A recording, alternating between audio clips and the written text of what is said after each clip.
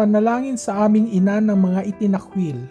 Ibinabaling ko ang aking mga mata sa iyong makainang saklolo, mahabag ka sa iyong mga napagurang anak at ipanalangin mo kami. Patawarin mo kami sa mga sandaling ang mga anino ng kawalan ng malay at ng pagkiling laban sa mga inaapi at itinapon ay naglalayo sa amin sa utos ng iyong anak na ibigin ang aming kapwa. Ipaalala sa amin ang kanyang mabuting balita na ang mga sugatan ay itataas at ang mga nasa gilid ng lipunan ay tatawagin at yayakapin gaya ng pagbawi at pagtubos ng propetang si Hosea kay Gomer mula sa kanyang pagkalugami bilang alipin.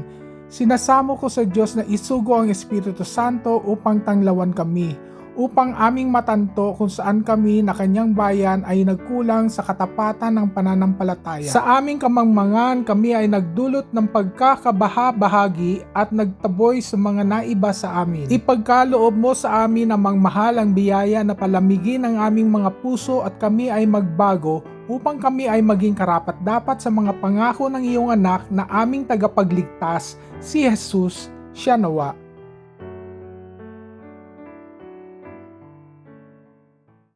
Ang pag-uugnay sa tawag kay Hosea at sa anunsasyon kay Maria ay isang kamanghamanghang sulyap kung paano hinabi ng Diyos sa buong Biblia.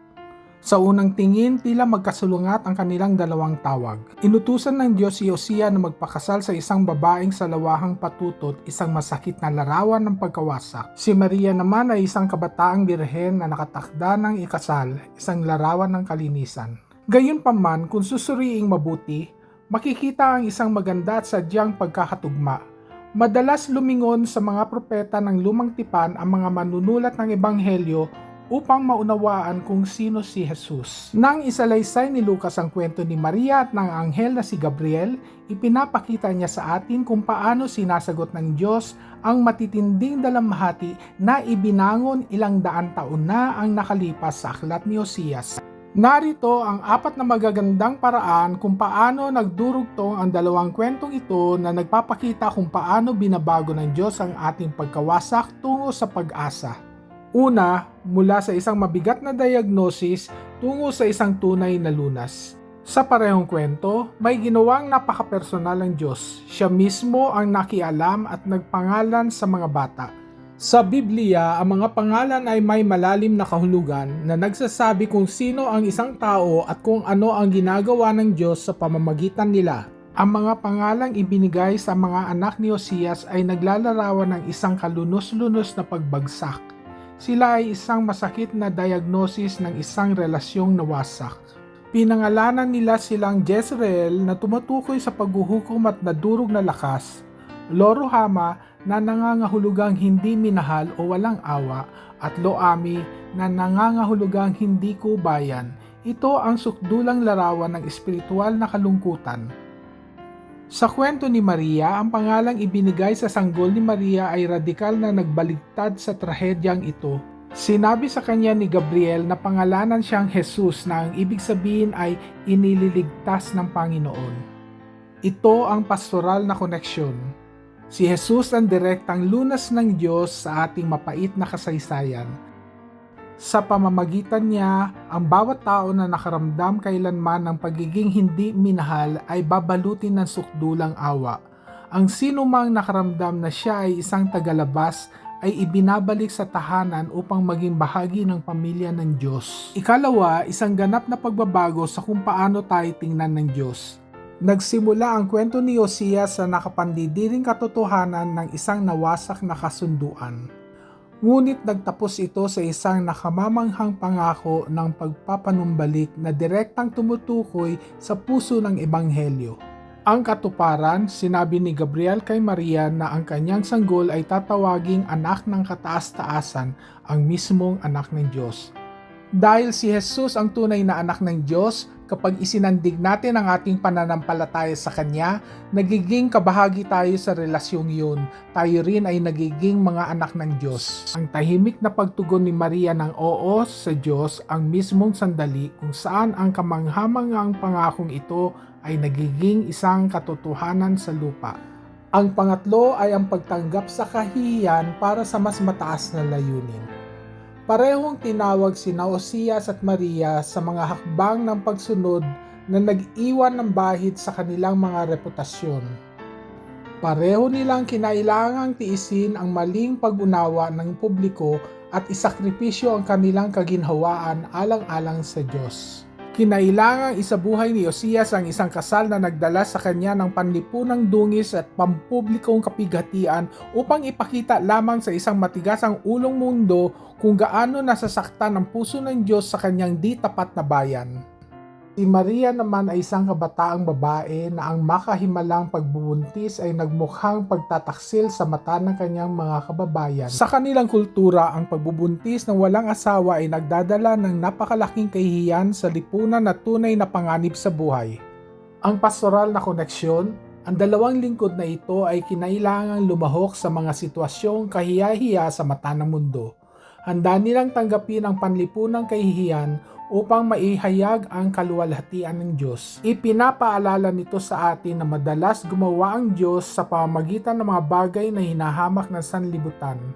Ang ikaapat ay ang kahinaan ng tao na dinaig ng banal na kapangyarihan. Sa huli, ipinapaalala ng dalawang kwentong ito na ang ating kaligtasan ay hindi nakasalalay sa sarili nating lakas, katayuan o likas na kakayahan. Sa Hosias, nagbigay ang Diyos ng pangako na ililigtas ang kanyang bayan, ngunit nagdagdag ng isang mahalagang paalala. Ngunit sila'y ililigtas ko hindi sa pamamagitan ng busog, o ng tabak, o ng pakikibaka, o ng mga kabayo, o ng mga nangangabayo, kundi akong Panginoon na kanilang Diyos ang magliligtas sa kanila. Nang magtaka si Maria kung paano siya magdadalang tao sa Mesiyas, at nagtanong ng paano mangyayari ito gayong ako'y dalaga pa. Ang sagot ni Gabriel ay umaalingaw-ngaw sa mensaheng hindi ito mangyayari sa pamamagitan ng pagsisikap ng tao. Sa halip, bababa sa iyo ang Espiritu Santo at lililiman ka ng kapangyarihan ng kataas-taasan. Parehong ipinapaalala sa atin ng mga siping ito na kapag kumilos ang Diyos upang iligtas ang kanyang bayan mula sa pagpapatapon at kasalanan, ginagawa niya ito ng buo sa pamamagitan ng kanyang sariling makapangyarihang himala. Ipinapakita sa atin ni Osias kung gaano na tayo kalayong naglayas.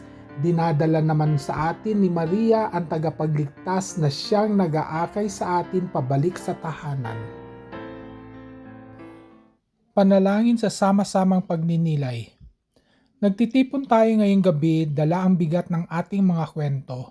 Marami sa atin ang tahimik na nagpasan ng mga pasa ng maling pagkaunawa, maling pagbansag o pagtaboy sa gilid ng lipunan ng mismong simbahan na nagpakilala sa amin sa iyo. Kinikilala namin ang dusang mahalin ng isang institusyong madalas ay nahihirapang ibalik ang pagmamahal sa amin. Ngayong gabi, hinihiling namin na liliman ng Espiritu Santo ang silid na ito kung paanong nililiman mo si Maria sa kanyang sandali ng kahinaan. Baguhin mo kung nasaan man kami ngayon, sa lungkot, sa trauma o sa takot, at gawin mo itong isang santuaryo ng ganap na kaligtasan at matinding biyaya. Iligtas mo kami sa kasinungalingan na kami ay loami, na kami ay nasa labas ng iyong angkan. Ipaalala mo sa amin na bago pa man kami binansagan ng anumang institusyon, tinawag mo na kami iyong mga anak. Bigyan mo kami ng lakas ng loob tulad ni Osias upang ipahayag ang katotohanan sa mga may kapangyarihan at ng katatagan tulad ni Maria upang lumapit sa banal na kabutihan ng aming tunay na pagkatao.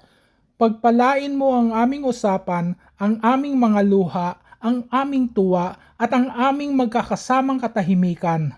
Naway matagpuan namin sa isa't isa ang tunay na kahulugan ng simbahan at ang init ng isang tahanan kung saan kami ay ganap na nakikita, ganap na nakikilala at walang pasubaling minamahal. Amen. Unang pagninilay, ang simbahan bilang bagong Gomer at ang sakit ng pagtatakwil. Kung ang simbahan ng bagong Gomer, ang kawalan ng katapatan nito ay makikita kapag pinipili nito ang mahigpit na pagtatakwil kaysa sa utos ng pag-ibig ni Kristo na nagiging sanhi ng pagtulak sa sarili nitong mga anak sa mga gilid ng Lo-Ami, ang hindi aking bayan. Tanong para sa pagninilay. Bilang mga Katolikong nasa LGBT, Madalas ninyong pinapasan ang bigat ng sariling pagkawasak ng simbahan at ang pagkaligaw nito mula sa batas ng pag-ibig ni Kristo. Kailan mo naramdaman ang sakit ng pagkilos ng simbahan na parang si Gomer na hindi tapat sa tawag nitong maging santuario ng habag? Paano mo pinapanatili ang iyong sariling pananampalataya kapag ang institusyon mismo ang naliligaw? Ikalawang pagninilay, pagpapanatili ng dakilang katotohanan sa gitna ng institusyonal na dungis. Kinailangang dalhin ni Maria ang pinakadakilang katotohanan, si Kristo, sa kanyang sinapupunan, habang ang relihiyong pamunuan noon ay nagturing sa kanyang pagbubuntis bilang isang kahiyahiyang kasalanan. Ang mga Katolikong LGBT ay madalas na nasa katulad na kalagayan, may dalang dakilang kakayahang magmahal na bigay ng Diyos habang binabansagan naman ng institusyon ng simbahan ang pagmamahal na iyon bilang intrinsically disordered o likas na wala sa kaayusan. Tanong sa pagninilay, nanatiling matatag si Maria sa dakilang katotohanan ng kanyang tawag kahit noong siya ay hindi naunawaan at hinusgahan ng kanyang komunidad. Paano mo pinoprotektahan at pinagkakapuri ang kadakilaan ng iyong pagkakakilanlan at ng iyong kakayahang magmahal, kahit na binabansagan ng mga masasaklap at teknikal na katawagan ng mga dokumento o bakura ng simbahan ng iyong buhay? Ikatlong pagninilay, muling pagangkin sa pagbabalik mula sa pagkatapon. Ipinakita sa atin ni Osias ang matinding lalim ng ating pagkakahiwalay. Dinala naman sa atin ni Maria ang may akda ng ating pagbabalik. Para sa maraming Katolikong LGBT, ang pananatili sa simbahan ay tila pamumuhay sa pagkatapon sa loob mismo ng iyong sariling tahanan. Tanong para sa pagninilay, kung si Kristo ang tunay na may akda ng ating pagbabalik, paano mo nararanasan ang kanyang pagtanggap kahit na tila naglalayo sa iyo ang mga makataong elemento ng simbahan? Sa anong mga paraan mo kailangang ihiwalay ang wagas na pag-ibig ni Jesus mula sa mga institusyonal na hadlang na tila naglalayong ilayo ka? Ikaapat na pagninilay, ang mapanghamong saksi sa simbahang naggagala.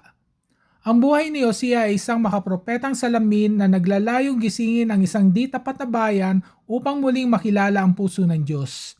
Sa pamagitan ng pananatili, pagmamahal at paghingi ng dangal sa loob ng tradisyong Katoliko, ang mga Katolikong kabilang sa LGBTQ ay madalas na nagagampanan ng isang malalim na makapropetang papel. Tanong para sa pagninilay, kailangang isabuhay ni Hosea ang isang mahirap na katotohanan upang ipakita sa Israel ang sarili nitong puso.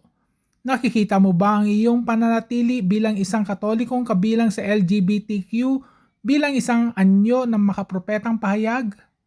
Paano nagsisilbing salamin ang iyong paninindigan sa pag-ibig at katapatan na tumatawag sa bagong Gomer, ang simbahan, pabalik sa kanyang tunay na kabiyak, si Kristo?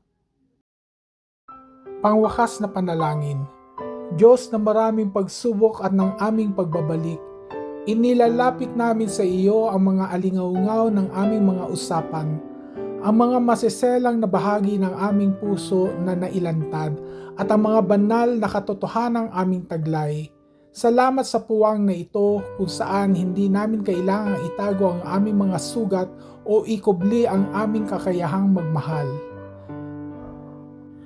Kristo Jesus, ang tunay na may akda ng aming pagbabalik, kapag ang mga makataong istruktura ng iyong simbahan ay tila nagpaparamdam sa amin na kami ay itinakwil, ipaalala mo sa amin na ang aming tunay na pagkasambayanan ay mahigpit na nakatali sa iyong radikal at walang kondisyon na yakap.